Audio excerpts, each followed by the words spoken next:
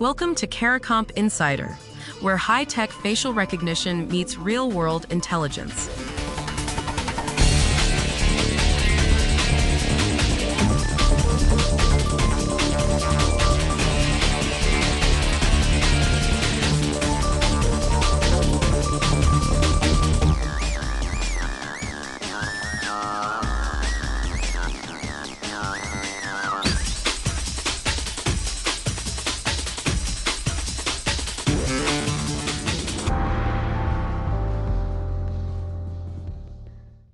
A biometric door scans your face and scores the match at 87 out of 100.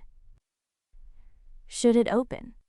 The answer has nothing to do with the camera. It depends entirely on a single hidden number that someone, a technician, an installer, maybe a sales rep, dialed into the system before you ever walked up to it. That number is called the threshold, and it controls every biometric door, turnstile, and gate you've ever walked through. If you've unlocked your phone with your face this morning, a version of this number already made a decision about you. For security teams choosing these systems, getting the threshold wrong means either locking out your own employees dozens of times a day or quietly letting strangers walk in. For the rest of us, it means the system protecting your office, your kid's school, or your apartment lobby might be far less reliable than anyone told you.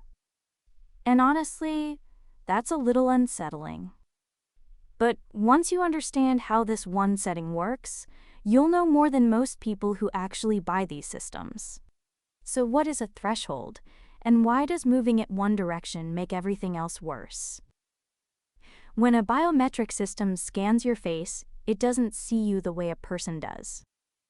It converts your features into a mathematical template, basically a numerical map of your face, and compares that map against the one it stored when you first enrolled.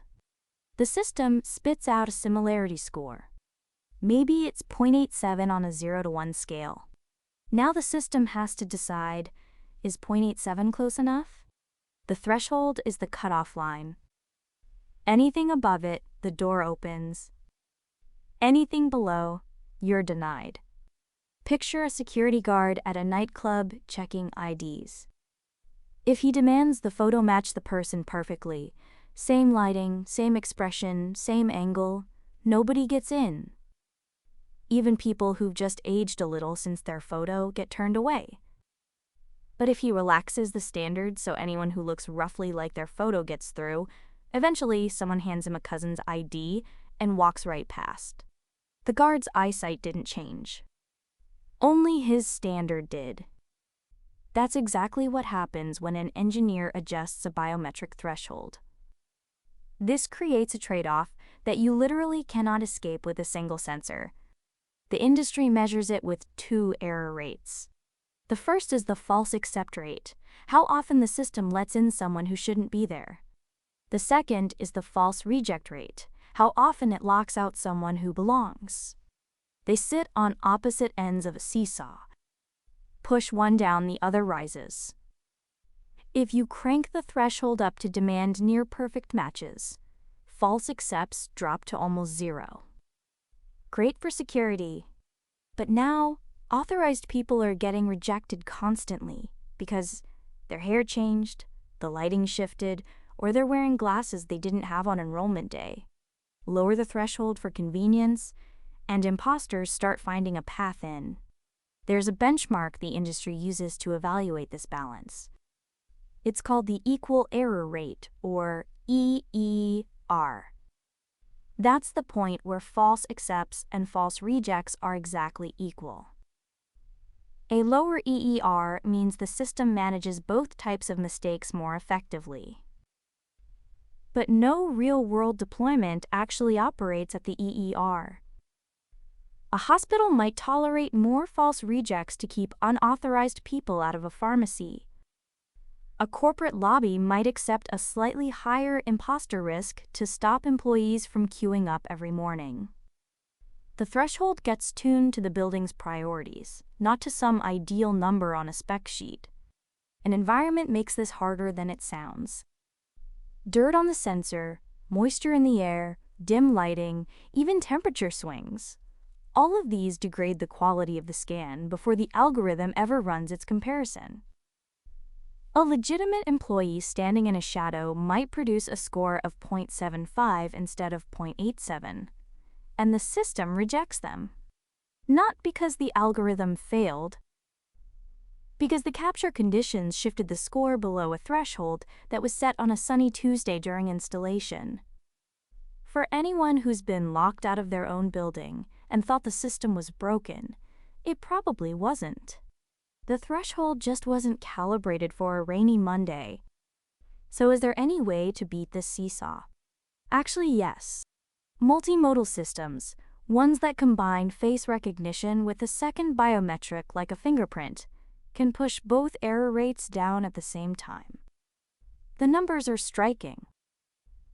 At a false accept rate of just 0.1%, a face-only system had a false reject rate of over 42%. That means it was turning away nearly half of authorized users. A multimodal system at the same false accept rate brought false rejections down to 4.4%. That's roughly a tenfold improvement, not from a better camera, but from combining two types of evidence. One more layer sits between the match score and the door actually opening, and most people don't even know it exists. It's called liveness detection or presentation attack detection. This is the gate that checks whether the face in front of the sensor is a real, live human being. Not a printed photo, not a video playing on a phone screen, not a 3D mask. Those are all real attack methods, by the way. According to NIST, which evaluated 82 passive liveness detection algorithms, the top-performing algorithm achieved something remarkable. In NIST's convenience category, where the system was required to accept 99% of real users, that algorithm blocked 100% of spoofing attempts across 3 different video-based attack tests. Every single fake was caught while barely inconveniencing anyone legitimate. That's a separate decision layer from the match score, and without it, a perfect threshold setting still can't stop someone holding up a photograph. So when a vendor tells you their system is 98 or 99% accurate, that number is almost meaningless on its own. It was measured at one specific threshold, under controlled conditions, without telling you which type of error they optimized for, or whether liveness detection was even part of the test.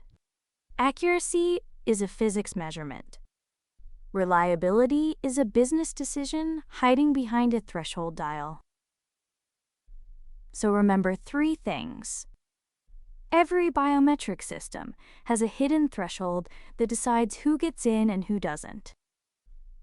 Turning that threshold in one direction always makes the opposite error worse, unless you combine multiple biometrics. And a match score alone can't protect you if the system isn't also checking whether the face it sees is actually real. Whether you're evaluating these systems for a building or just walking past one every morning, that single hidden number shapes your experience more than any camera ever will. The full story's in the description if you want the deep dive. Now you know something most people in this industry don't. Use it. And when you're ready to put it to work, caracomp.com. We'll see you tomorrow.